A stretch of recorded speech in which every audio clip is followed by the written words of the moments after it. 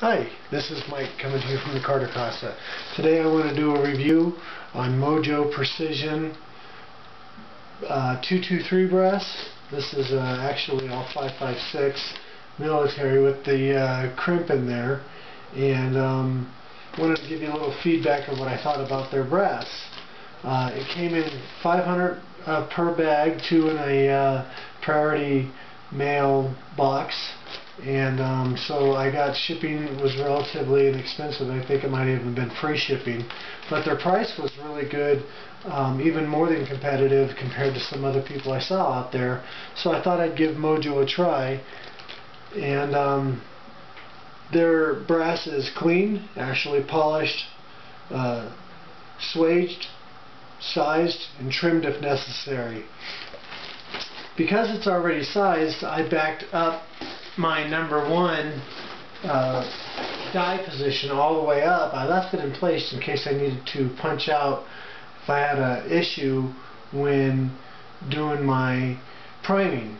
And I had a lot of those issues with this brass actually. The problem with their swaging is that they swage only one side of the primer pocket instead of the whole thing being swaged around. For some reason, only one side, about a third of it's been swaged. So what I found is, as I was loading, and let me zoom in here on this.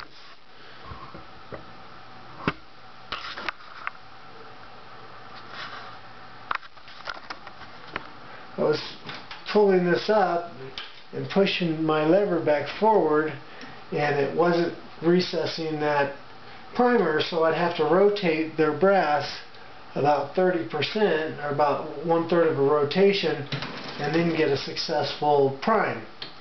This is slowing me down, but however, like I said, I backed up my number 1 die. As you can see, it's not even seated. It's up about a ½ an inch. And so I can go up, and I don't get a D prime, I don't get a size whatsoever, but that's fine. And then on to the station number 2, where of course powder. And their brass was making my machine do some pretty funny stuff. For example, it was making my primers, and I can't blame this on them. I've actually never used Remington primers before, but it was causing my primers to jump out of their pockets, and I was kind of doing some swaging in the primer, recessing it out of my reloading machine. So, can I give their brass 2 thumbs up? I don't think so. I would say I would give it 4 out of 5 stars and leave it at that. Every one that I did for checking neck casing size was perfect. I had no issues there, so once I realized that they were sized perfect, I didn't bother working them in the number 1 station. They're fine. I think they're going to all shoot fine. I was finding primers all over the floor, as a matter of fact, and all over my